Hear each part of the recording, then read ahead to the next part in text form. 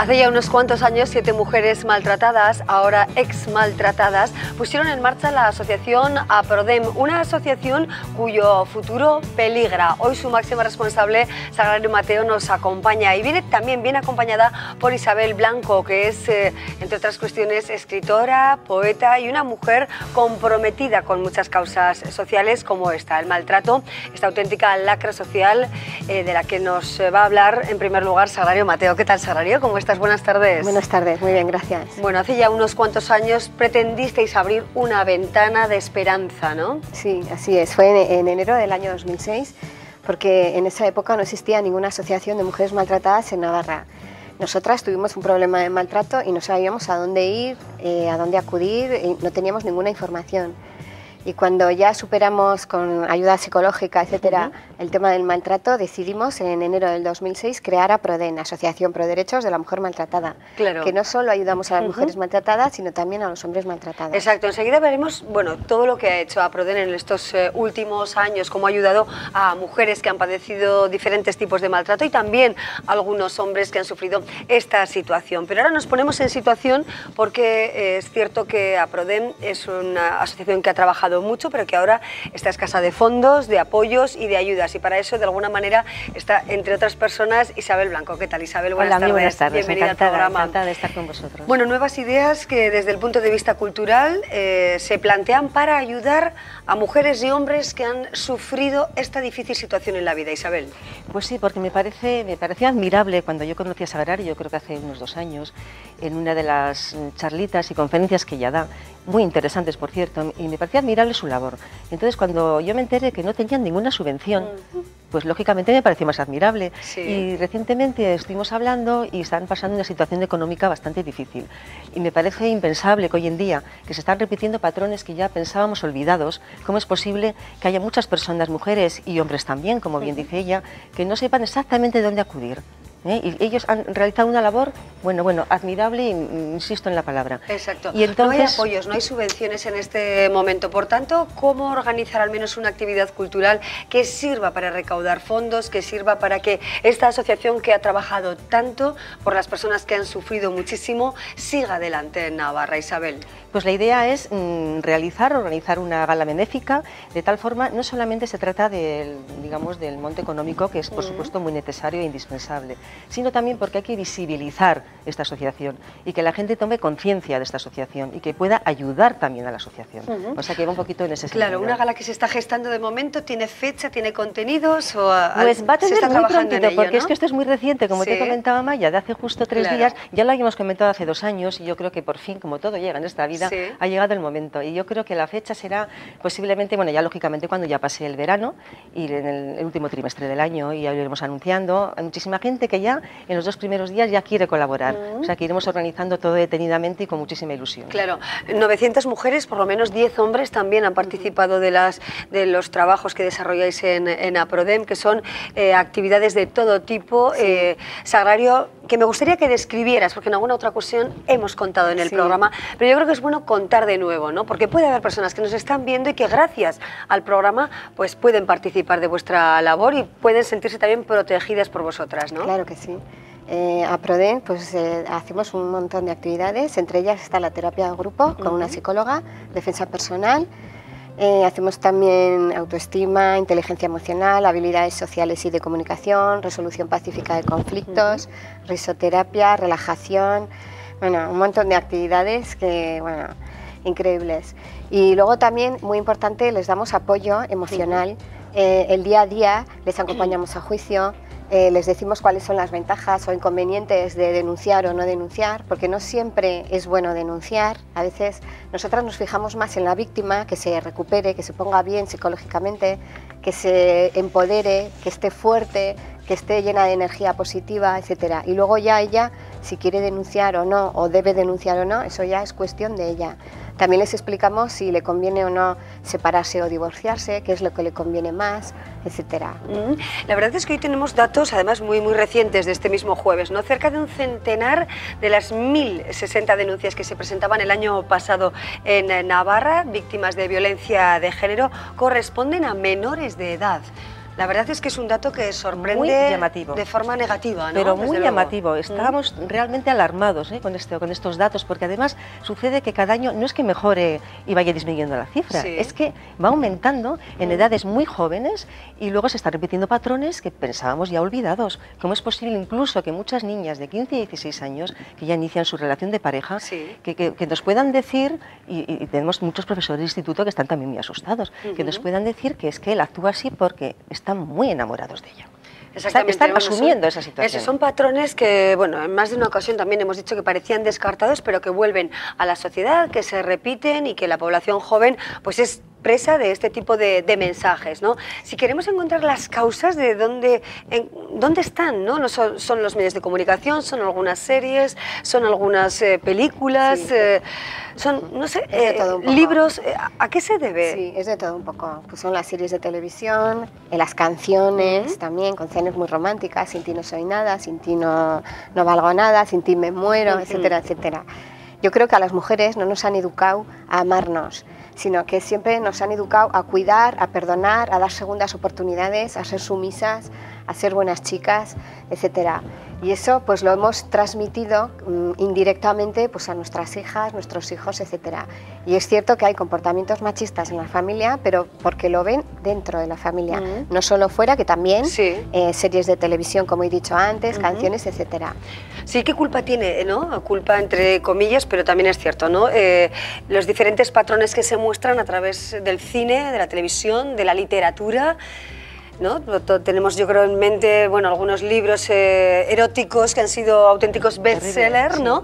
Y que marcan, y mucho, ¿no? Porque muchas personas jóvenes los han leído, no voy a poner nombres, pero no voy a decir títulos, pero yo creo que ya se me entiende, que muestran, bueno, príncipes azules, mujeres sumisas. Isabel, tú que eres una mujer de letras, una escritora, ¿qué valor tienen estos mensajes ahora mismo? Lógicamente, la fuerza y el valor de la palabra es tremendo. Mucha gente yo creo que no se da cuenta. Ya no estamos hablando de que se lea o no se lea, sino qué es lo que realmente puede atraer a una persona joven para que se sienta bien consigo misma, ¿no?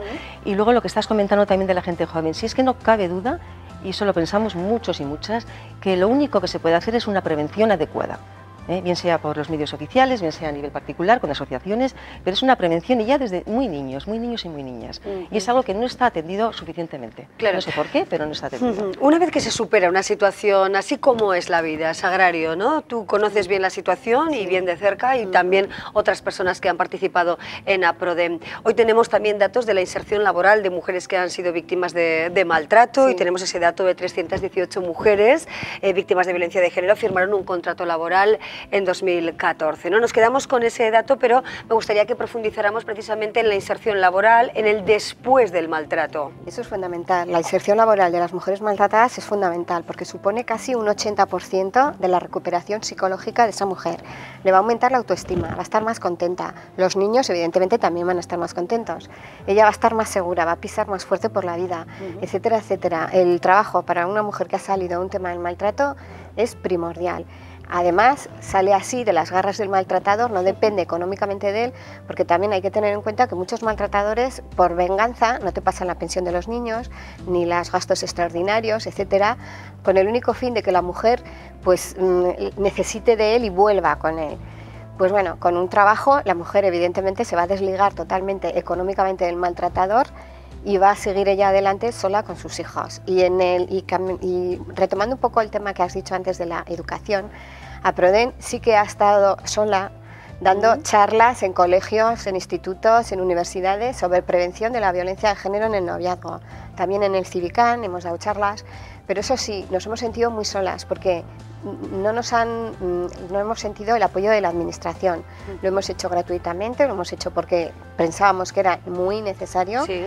Ha faltado un compromiso en ese sentido, si respaldo dice Sagrario, ¿no? ¿Qué se exigiría? Quizá quienes bueno, ahora van a tener las riendas de nuestra comunidad, si es a lo que miramos exactamente, ¿qué se debe exigir en este momento en el que no se puede obviar datos como los que estamos reseñando hoy, Isabel? Yo creo que tiene que haber un llamamiento, una convocatoria a la gente que estamos estamos implicados con estos temas para poder, digamos, compartir nuestras opiniones y que se nos haga un poco de caso, porque sí que estamos haciendo cosas a nivel privado y desinteresadamente y estamos viendo resultados que luego, bueno, se podrían aplicar esas fórmulas, ¿no? Y esas formas, digamos, de actuar.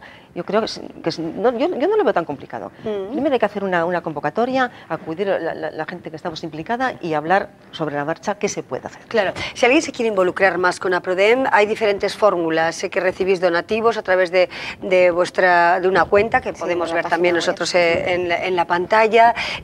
¿Cómo sufragáis los gastos para poner en marcha los talleres, las actividades que lleváis a cabo? Y bueno, ¿qué reclamáis, ¿no? Apoyo ahora mismo para que no se pierda la posibilidad de seguir en APRODEM. Claro, fundamentalmente necesitamos ayuda económica, que es lo fundamental, porque los medios humanos tenemos psicólogas, tenemos abogados, tenemos escritoras, tenemos un montón de gente que nos apoya, que está con nosotros, pero lo que no tenemos es ayuda económica. Yo sé perfectamente que los políticos pues nos dicen que hacemos un trabajo ejemplar, y es cierto, que ayudamos a mucha gente, pero la palmadita en la espalda está muy bien, pero necesitamos medios económicos para poder pagar la luz, el teléfono y las cosas básicas de una asociación. Así es, bueno, pues llamada de atención en favor de las mujeres y hombres, ¿no?, que sufren maltrato físico o psicológico, una asociación que ha luchado encarnizadamente por hacer de esta lacra social, bueno, pues un verdadero problema, mostrarlo a la sociedad como lo que es, ¿no?, una auténtica lacra. No se puede, desde luego, perder la esperanza de que continúe su actividad. Para eso también están personas comprometidas, ¿no?, como Isabel, que bueno, ponen en marcha una gala de la que daremos cuenta con más detalle un poquito más adelante, en la que se recabarán fondos para esta labor. Isabel, muchísimas gracias. Isabel Blanco. Muchas gracias a vosotros. Gracias, de verdad, Sagrario. Mateo, muchísimas gracias. Un placer. Que paséis un buen verano y buenas fiestas. Gracias. Muchas gracias. Bueno, seguimos adelante y lo vamos a hacer ahora ya en clave cultural. Les hablamos de Julián Gayarre. El escritor Óscar Salvoch nos presenta la biografía más extensa jamás escrita del famoso tenor Julián Gayarre. Julián Gayarre, la voz del paraíso. Óscar, cuéntanos qué encierra este libro que ahora presenta sobre Gayarre. Bueno, lo que encierra principalmente es la biografía más completa, más documentada, más exhaustiva y más veraz sobre el tenor. Hasta ahora había otras muchas biografías, pero había muchísimas lagunas, muchos errores, muchos fallos que además se han ido trasladando de biógrafo a biógrafo, biógrafos que iban contando lo que habían contado los biógrafos anteriores. Lo que encierra este libro es un trabajo de 19 años muy exhaustivo, contrastando cada dato, con lo cual puedo decir sin vanidad y con orgullo que es la biografía sin duda más completa. Biografía más completa que se ha escrito sobre Gayarre. ¿Y por qué decides escribir esta biografía sobre Gayarre? Pues precisamente por lo que te he comentado antes, porque uno de esos biógrafos que se fió de los anteriores y cometió los mismos errores fui yo. Cuando en 1999 publiqué una pequeña biografía de 190 páginas sobre Julián Gayarre y al releerla después ese mismo verano me di cuenta que había incurrido en los mismos errores que los anteriores biógrafos. Entonces, bueno, me propuse enmendar esos errores y me propuse hacer una edición corregida y bueno, empecé a tirar del hilo, a empezar a sacar más información y aquellas 190 páginas en poco tiempo se fueron convirtiendo en 300, 400 y dije, bueno, está claro que estoy ante otra cosa muy diferente de lo que quería hacer. Mucho trabajo, sin duda, me imagino, de investigación, de documentación detrás de esta obra. Muchísimo.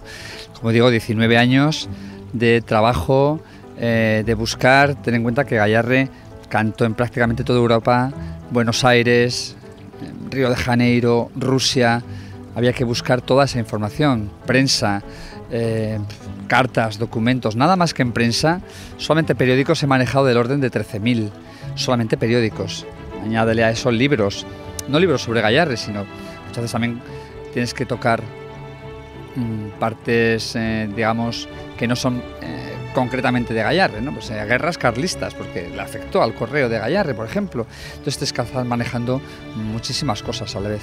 En este libro, Julián Gayarre, La voz del paraíso, recopilas varias anécdotas de la vida personal de Gayarre que no se conocen hasta ahora. No sé si nos podrías contar alguna para que tengamos conocimiento de la vida personal de este famoso cantante. Efectivamente hay muchas anécdotas divertidas, tristes, serias. A mí, por ejemplo, me hace mucha gracia y a mi editora, por cierto, le gusta mucho cuando Gayarre, la primera vez que va a cantar a Rusia, que entonces todavía ni era famoso, empezaba ya a despuntar, pero no era famoso, y se acerca al camerino un empleado del zar de Rusia y le dice, el zar le ordena que mañana esté en el palacio para cantar para él. Y Gayarre, ¿cómo que me ordena? Dígale al zar que estoy fatal de la voz, que no voy a poder cantar, que lo siento mucho. El empleado se lo comunica al zar, el zar ve un poco la jugada y dice, dígale que por favor, cuando se recupere, si tiene a bien, estaríamos honradísimos de que viniese a cantar al palacio para nosotros. Entonces vuelve el empleado a Gayarre con ese cambio de táctica. Entonces Gayarre dice, sí, mira, me encuentro bastante mejor, dígale al zar que mañana estaré. Hay muchas anécdotas de esas que nos dibujan a un Gayarre que aún todavía no siendo famoso tenía una personalidad muy, muy clara. ¿Cómo era Gayarre? ¿Como persona? ¿Cómo lo podríamos definir? Muy humilde.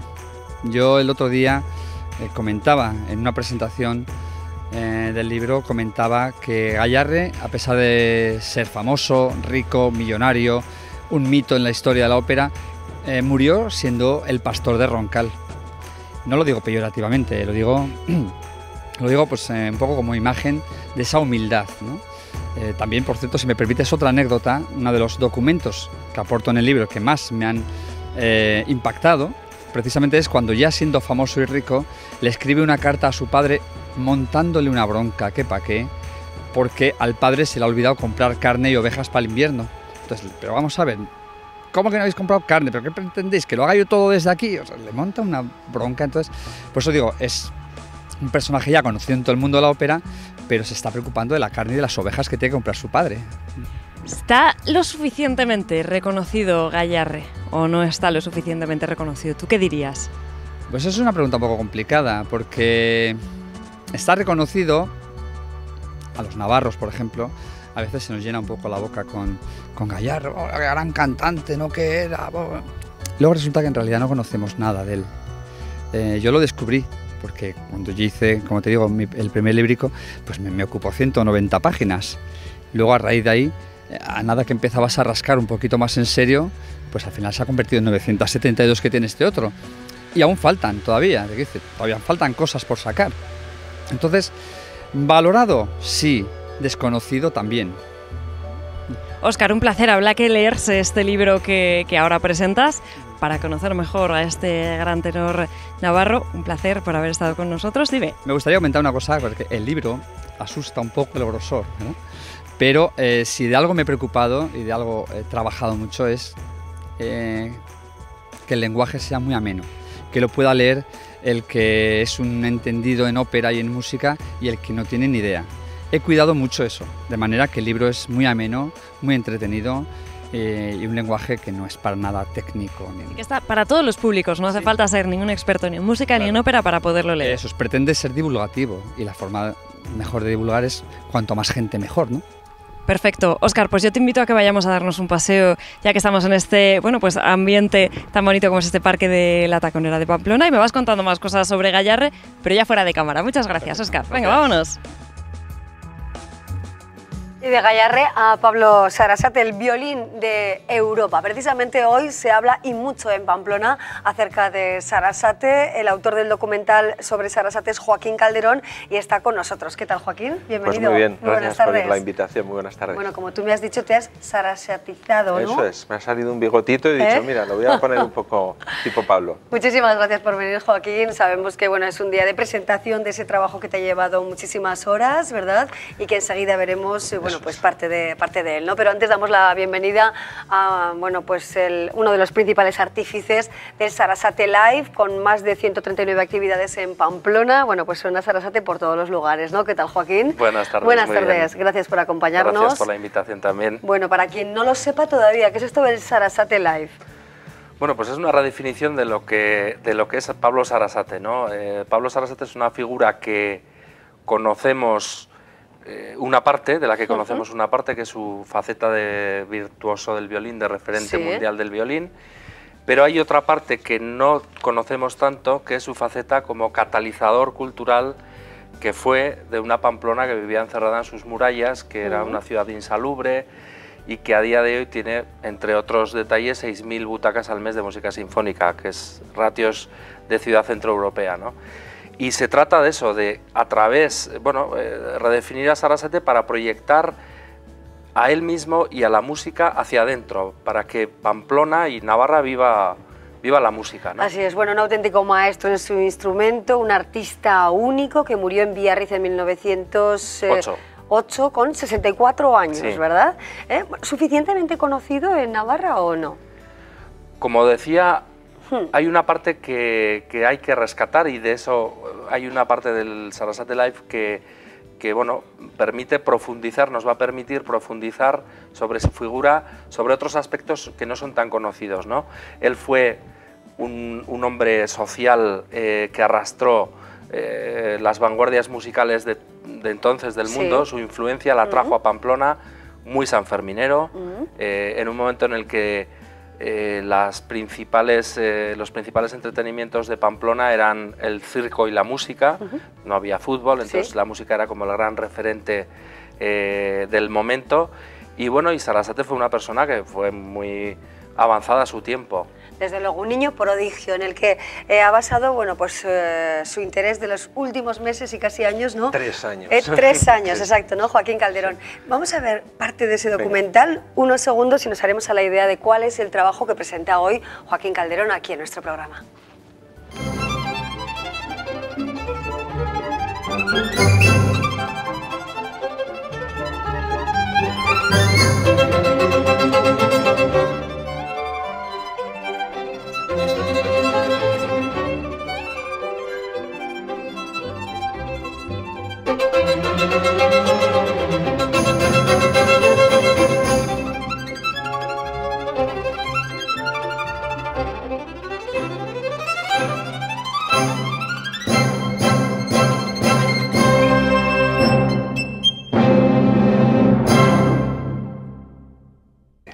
Nos atrapa, ¿eh? Sí, directamente ya el ritmo que presenta, ¿verdad? Es muy interesante. Al ritmo de tarantela. Joder, la verdad es que sí. Bueno, Joaquín, cuéntanos, ¿cómo te acercas a la figura? ¿Por qué Sarasate? Bueno, ¿y cómo es esta obra, no? Cuéntanos los entresijos. Sí, bueno, yo siempre lo cuento, creo que alguna vez lo he vuelto a decir también aquí, pues eso, conocí por casualidad a una violinista polaca que es miembro de la Orquesta Sinfónica de Navarra, que es Anna Radomska, de casualidad, haciendo otro programa. Sí. Y bueno, a través de la conversación que tuvimos, que ellos tienen también a Henry Winieski, que es una especie de Pablo Sarasate polaco y que eran amigos y conocidos y que le dedicaba conciertos a Pablo, pues me dio por mirar en internet qué audiovisuales había sobre ¿sí? Pablo, y descubrí que no había ninguno. Y dije, bueno, pues esto es una oportunidad de oro para hacer un documental sobre Pablo. Y a partir de ahí pues empecé a visitar gente, también con Joaquín, por ejemplo, y con la orquesta que me han apoyado muchísimo desde el principio. Estuve con Ará, estuve con María Nagore, que estaba escribiendo el libro por sí. Entonces, y me pasaba información, pues eso, privilegiada, ¿no? Sí. Y bueno, se ha ido formando la tela más gorda hasta que, bueno, después de 3 años, pues tenemos ya el estreno de lo que es la película en septiembre-octubre, sí. Que es Sarasate el Rey del Violín, que es una versión pues ya de como media hora más larga, y el lujo de poder estar mostrando este avance, ¿no? Sarasate sí. Live con la Orquesta Sinfónica de Navarra, que es pues un lujo, ¿no? Desde luego. Bueno, ¿y cuál es la línea fundamental que sigue la obra? ¿Qué vamos a ver? ¿No hemos visto algunos protagonistas? Sí, ¿Puedes desgranar un poco? Yo de alguna manera lo que quería eran 3 cosas. Por un lado, enterarme bien quién era Pablo Sarasate, ¿sí? Porque sabíamos lo básico, ¿no? Sí, un violinista navarro que era muy bueno, pues Julián Gayarre también, un tenor muy sí. bueno, pero no sabíamos bien, ¿no? De qué quería decir eso. Entonces veía esencial que había que explicar con gente especialista y que nos explicara por qué era tan bueno, era el Michael Jackson de la época, entonces por qué era así, ¿no? Luego, por otro lado, me parecía fundamental que había que escuchar su música, porque a la que te pones a oírla y a prestarle un poco de atención, bueno, pues descubres que es una barbaridad lo que tocaba y lo que componía. Y por otro lado dije, bueno, pues también hay que darse el gusto por mi lado como director, sí. Y luego porque me apetecía ver cómo sería este hombre en carne y hueso, cómo se reía, cómo se relacionaba, ¿no? Entonces hay unas recreaciones con actores, hay unos intérpretes y la música de Pablo Sarasate con visuales, la Orquesta Sinfónica de Navarra, por supuesto, y luego especialistas que nos cuentan un poco más sobre su vida. Claro, la música de Pablo Sarasate, desde luego, que guía todo el trabajo, ¿no? Que guía todo el documental. Joaquín, ¿qué impresiones tienes? Bueno, pues la verdad es que llevo más de un año conociendo el proyecto de primera mano y no quiero desvelar nada de lo que vamos a ver el día 4, pero bueno, la verdad que creo que va a ser una referencia no solamente aquí sino fuera, de conocer a una persona que como decíamos antes, fue un referente internacional, fue portada de Vanity Fair, o sea, fue el George Clooney del momento, por así decirlo, ¿no? Bueno, ¿y cuál era el principal atractivo? Aparte, por supuesto, de su capacidad de que fuera un niño prodigio, como decimos, que fuera un maestro, ¿no?, del violín en todo el mundo. La verdad es que hoy, repasando un poco, ¿no?, cómo contemplaban los periódicos su obra cuando falleció y se hablaba de él, pues realmente me ha sorprendido muchísimo cómo a nivel internacional era laureado, ¿no?, en vida y a título póstumo, ¿no? Él fue capaz de inspirar a toda la vanguardia musical del momento, a compositores que componían obras para él, dedicadas a él, a su sonido. Debía de tener un sonido único e irrepetible, y él fue capaz de atraer a esas vanguardias y de conectarlas aquí en Pamplona, por ejemplo, fundando la Orquesta Sinfónica de Navarra, pero además de eso, su contacto con una institución que ya estaba creada en 1865, que este año cumple 150 años, como el Orfeón, pues él también fue una figura clave en el Orfeón, porque gracias a que él acercó esas vanguardias, esos repertorios, el Orfeón tuvo contacto con esas obras que empezaban a difundirse en Europa, y le hizo ser, por ejemplo, la primera institución en incorporar mujeres en sus filas en 1903, algo que era impensable, ¿no? Claro. Y eso para Pamplona ya era un cambio, una revolución. Claro. Bueno, ¿y cómo será la puesta de largo de la presentación de la obra, Joaquín? Bueno, un poco lo que hemos hablado. Yo tengo la suerte de que han organizado Sarasate Live, que es un pedazo de festival musical, como decías al principio, y bueno, pues el colofón un poco es hacia final, ¿no?, que es pues la final del concurso, que tiene muy buena pinta, y bueno, y la presentación de la película con un despliegue fantástico, o sea, pues en el patio con la orquesta, con un solista que es Koba, no me sale bien el apellido, Koba Jakovic, y luego con unas pantallas exteriores para que la gente que no tenga localidad dentro lo pueda ver en la plaza, después DJs, bueno, la historia es que es un festival de música, una fiesta. Hasta Pablo Sarasate con DJ Go como protagonista, ¿no? Sí, hemos puesto al DJ en el tejado, ¿no? En vez del violinista en el tejado, pues va a ser un juego curioso. Un día 4 de julio en Pamplona, pues lo que hablamos buen apetito, ¿no?, para los Sanfermines, ¿verdad? Pretendemos que Pamplona viva la música, ¿no?, que es lo de Arad, iba a decir el día anterior, a la noche, que me parece fantástico. O sea, la idea es que bueno, se vaya a más, ¿no?, un poco, y sea una celebración. Exacto. Bueno, vamos a hablar un poquito más de Sarasate Live, ¿no?, porque tenemos el concurso internacional de violín, la Academia Sarasate, el Congreso Nacional de Luthiers, bueno, dentro de la Universidad de Verano también, pues Ara Malikian, que estará aquí, Ramón Andrés, conferencias. Vamos a destacar lo más reseñable, Joaquín. Bueno, yo no destacaría nada porque son difícil, 140 ¿no? Son muchas actividades. Pero digamos que retomamos el concurso internacional, que era el foco que poníamos fuera, la proyección, un concurso que ya disfrutaba de un gran prestigio fuera, pero le añadimos otros 7 proyectos que tienen diferentes misiones, ¿no? Una de ellas es acercar la música a los más pequeños. Tenemos más de 100 niños en un campamento urbano que va a durar toda esa semana. Tenemos un congreso de luthieres porque queremos conectar a los jóvenes que quieren comprarse un violín, por así decirlo, con un sector emergente artesano local. Bueno, va a ser una exposición internacional, pero conectarlo, profundizar en la figura de Sarasate a través del curso de la universidad, Sarasate Abierto, que es un programa de entrada libre para que la gente se pueda acercar a la figura de Sarasate a través de aquellos compositores que le influyeron, a través de aquellas instituciones que él catalizó.